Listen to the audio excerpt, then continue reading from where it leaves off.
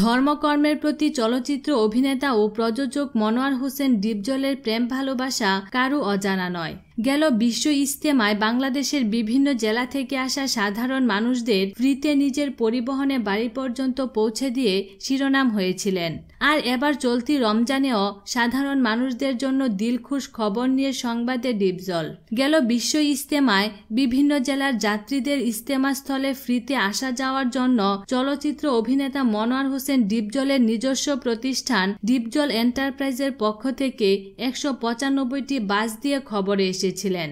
এখন চলছে রমজান মাস, আর এই মাসেও যে তিনি চমকপ্রদ খবর নিয়ে আসবেন এটা প্রায় জানাই ছিল। হ্যাঁ, হলো তাই। রমজানের প্রথম দিন গেল রোববার, আর এই দিন মনোয়ার হোসেন ডিপজলের মেয়ে উলিজা মনোয়ার সবাইকে মনোয়ার পরিবারের পক্ষ থেকে রমজানের শুভেচ্ছা জানিয়ে বলেন, প্রতিবারের মতো এবারও রমজানের 30 দিনই সাধারণ মানুষের জন্য ইফতার ও সেহরির আয়োজন করা হয়েছে মনোয়ার পরিবারে।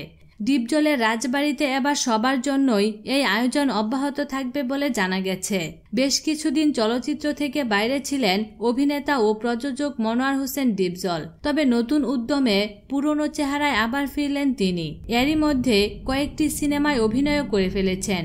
মুক্তির প্রতীক্ষায় আছে মন্তাজুর রহমান আকবর পরিচালিত দুলাভাই জিন্দাবাদ। এই ছবিতে তার বিপরীতে দেখা যাবে চিত্রনায়িকা মৌসুমীকে। বিনোদন জগতের নিত্য নতুন খবরাখবর জানতে আমাদের চ্যানেলটিতে সাবস্ক্রাইব করার জন্য আপনাকে আন্তরিক ধন্যবাদ।